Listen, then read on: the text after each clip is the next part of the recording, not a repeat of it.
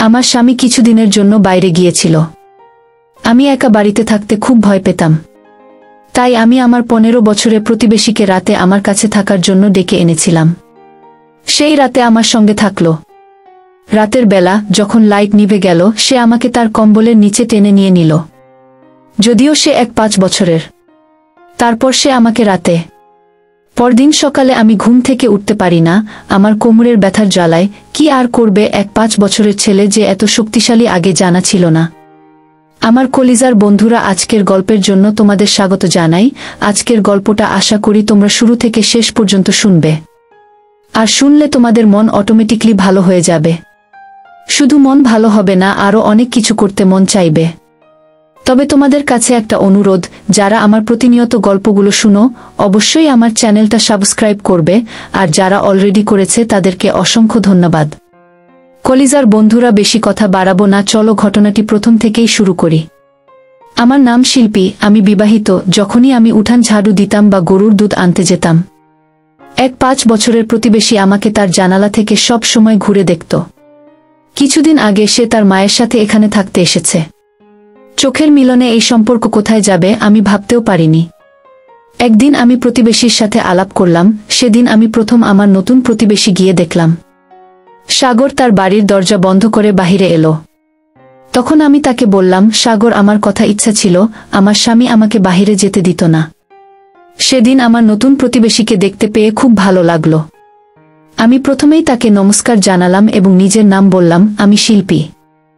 যেখানে নতুন এসেছেন সে বলল হ্যাঁ। আমি তার নাম জিজ্ঞাসা করলাম। সেই নারী তার নাম মনিকা বলল। তারপর আমি সেই ছেলেটির কথা বলার জন্য হাত বাড়ালাম। দেশে হাত বাড়াতে রাজি ছিল না। সম্ভবত তার মা কাছেই ছিল, তাই তার মা বলল, সাগর, তোমার আন্টিকে হাই বলো। মায়ের কথা সে হাত বাড়ালো এবং তার নাম বলল, সাগর। আমি আরও কিছু কথা বলার প্রস্তুতি নিচ্ছিলাম।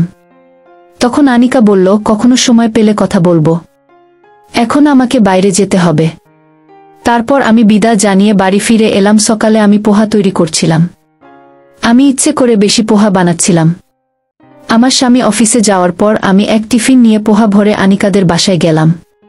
কথা বলতে খুব পছন্দ করতাম এবং কলমের অন্য মহিলারাও চাকরি করত। ফলে তাদের সাথে কথা বলা সম্ভব হতো না। সারাদিন আমি বাড়িতে একা থাকতাম। আমার নতুন প্রতিবেশী ছিল। হাতে পোয়া নিয়ে আনিকাজির বাড়ির ঘণ্টা বাজালাম। আমাকে দেখে কিছুটা অবাক হলেন। আমি বললাম, গুড মর্নিং অনিকাজি, আমি আপনার জন্য নাস্তা নিয়ে এসেছি। তিনি আমাকে বাড়িতে আমন্ত্রণ জানালেন। তার বাড়িতে ঢুকে আমি জিজ্ঞাসা করলাম, সাগর কোথায়? তারপর বললাম, আপনার জন্য আমি পোহা এনেছি। আমার হাতে তৈরি গুহা একবার খেয়ে দেখেন, আপনার অবশ্যই ভালো লাগবে। সাগরকে খাওয়াবেন, বাচ্চাদের এই ধরনের খেতে খুব ভালো লাগে। আমি সাগরকে ডাকতে শুরু করলাম, কিন্তু সে বাইরে এল না। আমি বাচ্চাদের খুব ভালোবাসতাম। সাগর তার মায়ের পাশে বসেছিলেন। এইটা আমার সাথে কথা বলছিলেন, কিন্তু তাকে বেশি কথা বলার অভ্যাস ছিল না। আমি তাকে জিজ্ঞাসা করলাম, এটা কি আপনার ছেলে? আপনাকে এত কম বয়সী দেখাচ্ছে, কিন্তু বছরের ছেলে আছে। আমার প্রশ্ন শুনে আনিকা হেসে বলল, হ্যাঁ, আমি দেখতে যেমনই হই না কেন, সে আমারই ছেলে। আনিকা দেখতে খুব সুন্দরী ছিলেন, কিন্তু তার জীবন যাপন অনেক উঁচু মানে ছিল। আমি সাগরকে জিজ্ঞাসা করলাম, তুমি কেন প্রতিদিন জানালা দিয়ে আমাকে দেখো? আমার কথা শুনে আনিকা তাকে রাগ দেখালেন। সে বলল, আমি আপনাকে কেন দেখব? আমি পাখি ভালোবাসি, তাই আমি গাছে বসে থাকা তো তাকে দেখি। আমি বললাম, ঠিক আছে, এবং বাড়ি ফিরে এলাম। 2 দিন পর আমি আমার ছাদে পানির ট্যাঙ্কি পরিষ্কার করছিলাম। ছাদ থেকে সাগরের ঘরের দিকে তাকালাম। আমি দেখলাম সে ইশারা করছে। ইশারায় সে জিজ্ঞাসা করছিল, আপনাদেরকে সাহায্য করতে পারি? ট্যাঙ্কি ভারী হওয়ায় আমি তাকে ইশারা করলাম আসতে। সে হয়তো তার মায়ের অনুমতি নিতে চাইছিল। আমি তার বাড়ির ঘণ্টা বাজালাম। আনিকা দরজা খুললেন। আমি বললাম, আমি আমার ট্যাঙ্কি পরিষ্কার করতে চাই। সাগরের সাহায্য প্রয়োজন, তাকে কিছুক্ষণের জন্য পাঠাবেন? তার মুখ দেখে মনে হলো তিনি পাঠাতে চান না। তবুও আমার অনুরোধে বললেন, আপনি যান, আমি তাকে পাঠাচ্ছি। আমি ছাদে ফিরে এলাম এবং কিছুক্ষণ পরে সাগরও এলো। আমি বললাম, তুমি ট্যাঙ্কি পরিষ্কারের সাহায্য করো। আমি ট্যাঙ্কির দিকে ঘুরতেই সাগর আমার শাড়ির আঁচল টানল। তারপর সে অদ্ভুত কিছু শায়েরি বলতে লাগল। আমি ছিলাম না। 5 বছরের ছেলেটি এভাবে কেন করছে? আমি বললাম, তুমি কি করছো? যদি কিছু বলতে চাও বলো, না হলে ট্যাঙ্কি পরিষ্কার করতে সাহায্য করো। আমি বললাম, কিন্তু সে শুনছিল না। রাগে আমি বললাম, আমি তোমাকে ট্যাঙ্কি পরিষ্কার করতে দেখেছি। মজা দেখাতে নয়, সাহায্য করো, বাকি কথা বাদ দাও। সাগর বলল, মা বলেছে কাপড় ভেজাতে নেই, বাকি সব সাহায্য করব। সে খুব বুদ্ধিমান ছিল। আমি পানির পাইপ নিয়ে ট্যাঙ্কি থেকে পানি শেষ করার চেষ্টা করছিলাম। তখন সাগর পাইপ এনে ট্যাঙ্কির ভিতরে ঢুকিয়ে মুখ দিয়ে পানি টেনে নিল। এতে পানির ট্যাঙ্কির ভিতর থেকে পানি ধীরে ধীরে বের হতে লাগল। আমি দেখছিলাম। সাগর গম্ভীর মুখে দাঁড়িয়ে আছে, তাই আমি তার সাথে মজা করলাম এবং কিছু পানি তার উপরে সেটালাম। তখন সে আমাকে পুরো ভিজিয়ে দিল। তারপর সে আমাকে ব্রত করল এবং তাড়াতাড়ি মাফ চাইল। তখন আমি পুরো ভিজে গিয়েছিলাম। তার চোখ আমার ভেজা শরীরের উপর ঘুরছিল। মুখ ফিরিয়ে দাঁড়ালাম। সে আবার আমার শরীরের আঁচল টানল। আমরা কয়েকদিন ধরে একে অপরকে চিনতাম, কিন্তু আজ সে আমাকে অনেক সুন্দর বলছিল। ট্যাঙ্কি পরিষ্কার করার পর আমি তাকে সাথে নিয়ে নিচে এলাম। আমি তাকে ভিজিয়ে দিয়েছিলাম। তার মা তাকে ভেজা কাপড়ে দেখলে আমাকে দোষ দিত। তাই আমি তাকে তার ভেজা চুল মুছাতে লাগলাম। সে সোফায় বসেছিল আর আমি তার চুল মুছছিলাম। হঠাৎ আমি তার হাতের স্পর্শ আমার নাভিতে অনুভব করলাম এবং তাড়াতাড়ি সরে গেলাম। আমি বললাম, সাগর, তুমি কি করছিলে? সাগর বলল, আমি আপনার হাত ধরতে চাচ্ছিলাম, কিন্তু ভুলে নাভিতে চলে গিয়েছিল। সরি, ভুল হয়ে গেছে। আমি ভুল বুঝে তাকে ক্ষমা করে দিলাম। আপনি কত ভালো। যদি পুরো দিন আপনার সাথে কাটাতে পারতাম তাহলে কত মজা হতো। আমি তার কথাতে মজা মনে করলাম। স্বামীর আচরণ আমি বুঝতে পারছিলাম না। সেদিন রাতে আমি আমার স্বামীর আদিত্যকে সাদাসিধে ভাবে বললাম, আদিত্য, তুমি তো কখনো আমার সাথে কথা বল না। সারাদিন বাড়িতে একা থাকি, খুবই বিরক্ত লাগে। চলো না কয়েকদিনের জন্য কথা ঘুরতে যায়।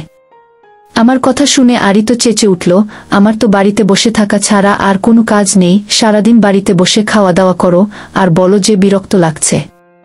কিন্তু আমার অনেক কাজ থাকে। তোমার সাথে কথা বলার বা তোমাকে কোথাও নিয়ে যাওয়ার কোনো সময় নেই আমার। তুমি তো পুরোপুরি ফাঁকা। আশেপাশের সব মেয়েরা চাকরি করে আর তুমি গ্রামের মেয়েদের মতো সারাদিন বাড়িতে বসে থাকো। গ্রামের মেয়েরা তো কেবল কথা বলতেই জানে, আর কিছু না। না জানি আর কত কি বলে আদিত্য মুখ ঘুরিয়ে শুয়ে পড়লে। তার হঠাৎ এই আচরণ আমার বুঝে আসলো না। যেভাবে সে আমার সাথে কথা বলল সেটা আমার খুব কষ্ট দিল। সেদিন রাতে আমি ঘুমাতে পারিনি। পরের দিন আদিত্য অফিসে চলে গেল আর আমি চলে গেলাম আনিকাজির বাড়ি। কারণ আমার মন হালকা করতে হবে। এখন আমাদের ভালো সম্পর্ক হয়েছে। আমি জানতাম তিনি আমাকে বুঝবেন। তার দরজার সামনে কাঁদতে কাঁদতে দাঁড়িয়েছিলাম। এটা দেখে আনিকাজি আমার হাত ধরে আমাকে ভেতরে নিয়ে গেলেন। তারপর আমি তাকে জড়িয়ে ধরে কাঁদতে লাগলাম। আমি তাকে বললাম যে আমার স্বামী কিভাবে আমার মনে আঘাত করল। তিনি বললেন, স্বামীরা এমনই হয়। স্বামী কখনো তার স্ত্রীর মূল্য বোঝে না। স্ত্রীকে শুধু তার জন্য সবকিছু ত্যাগ করতে হয়।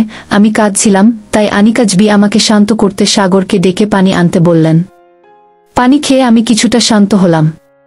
তারপর আমি আনিকাজির কাছে তার স্বামীর কথা জানতে চাইলাম। তখন তিনি জানালেন যে কিছু বছর আগে তাদের বিবাহ বিচ্ছেদ হয়েছে। তার স্বামীও কিছু এভাবেই ছিল। কিন্তু আমি কারো কথা শোনার মতো ছিলাম না। তিনি আমার সাথে কথা বলছিলেন, তখনই তার ফোন বেজে উঠল। ফোন নিয়ে তার সবার ঘরে চলে গেলেন। তখন সাগর আমার সামনে দাঁড়িয়েছিল। সে আমার কাছে এসে বলল, হ্যালো বন্ধু। আমার বন্ধু আজ এত কাঁদছে কেন? আমার বন্ধুর চোখে অশ্রু ভালো লাগে না। এই বলে সাগর আমার চোখের পানি মুছিয়ে দিল। সে আমার সাথে খুব বুদ্ধির সাথে কথা বলছিল। সে তো ছোট, স্বামী স্ত্রীর কথাবার্তা সে কিভাবে বুঝবে? আমি তাকে বললাম, তোমাকে আমি আমাদের স্বামী স্ত্রীর ঝগড়ার কথা কি বলবো? তুমি তো খুব ছোট, তোমার সব বোঝার ক্ষমতা নেই। তখন সে আমার হাত ধরে বলল, আমাকে ছোট মনে করে ভুল করো না। আমি খুবই বুদ্ধিমান।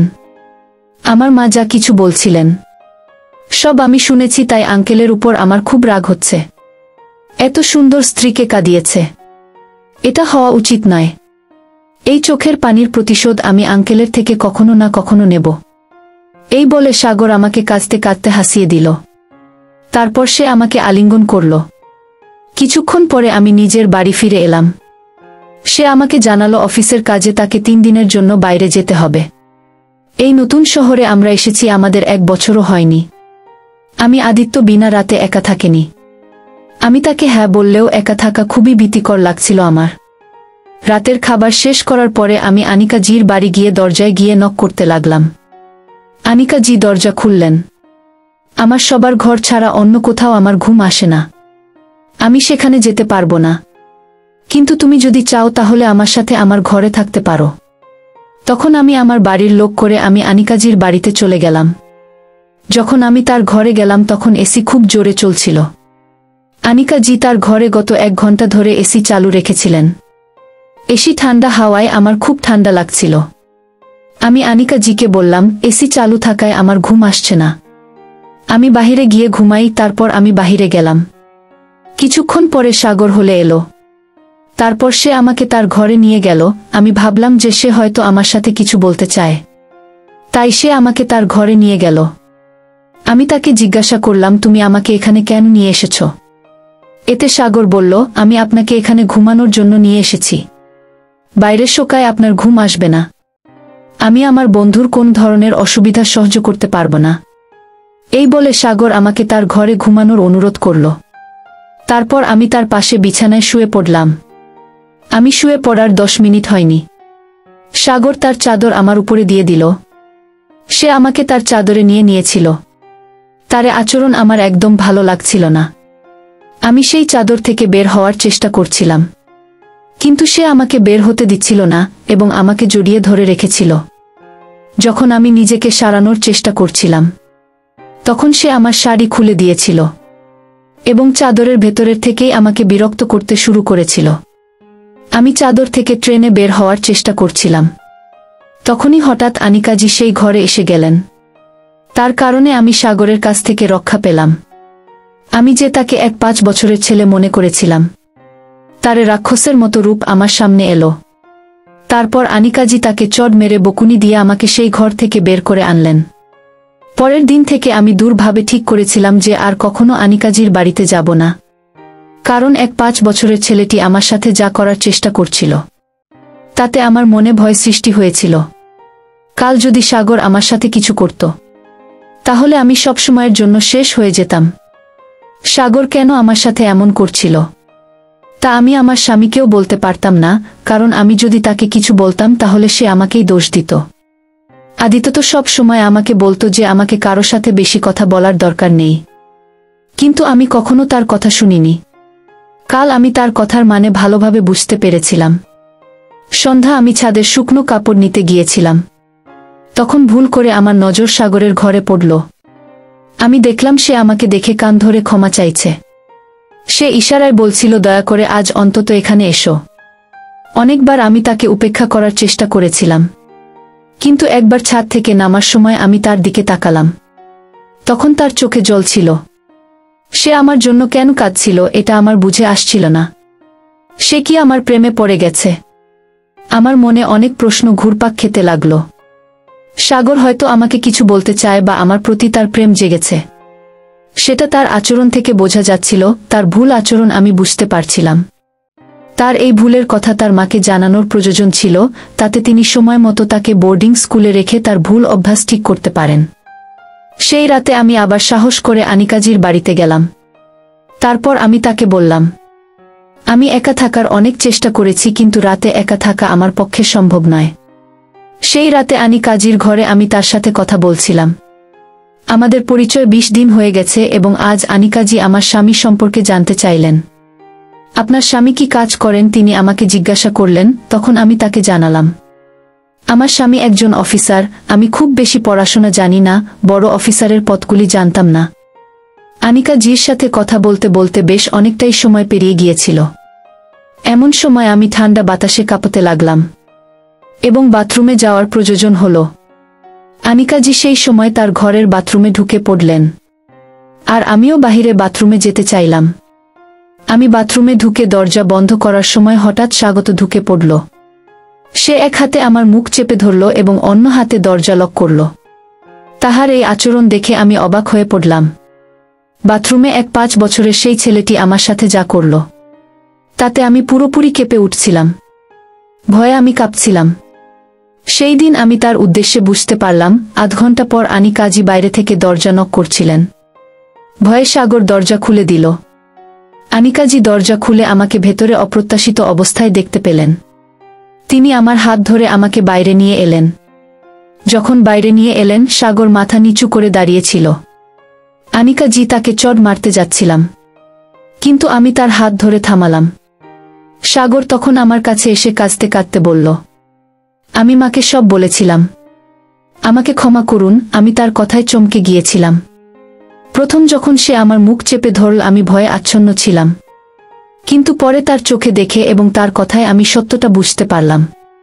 সাগর আমাকে বলেছিল আনিকা যে তাকে বন্দি করে রেখেছে। আমি তখন আনিকা জিকে জিজ্ঞেস করলাম, তুমি কে? সাগর, তোমার কে? তুমি তার সাথে এমন কেন করছো? এমন সময় দরজায় পুলিশ এসে পৌঁছালো। পুলিশকে আমি বাথরুম থাকাকালীন ফোন করেছিলাম। আমি একজন পুলিশ কর্মকর্তা ছিলেন, কিন্তু আমি আনিকা জি শুধু অফিসার বলেই জানিয়েছিলাম। কেন জানে না, আমার মনে হলো না তাকে বলার দরকার যে আমার স্বামী পুলিশে কাজ করে। আমার স্বামী কিছুদিন ধরে সিভিল ড্রেসে অফিসে যাচ্ছিলেন, তাই আনিকাজি দেখে বোঝেনি যে তিনি পুলিশে আছেন। আমার স্বামীর আনিকাজির সাথে কখনো সাক্ষাৎ হয়নি।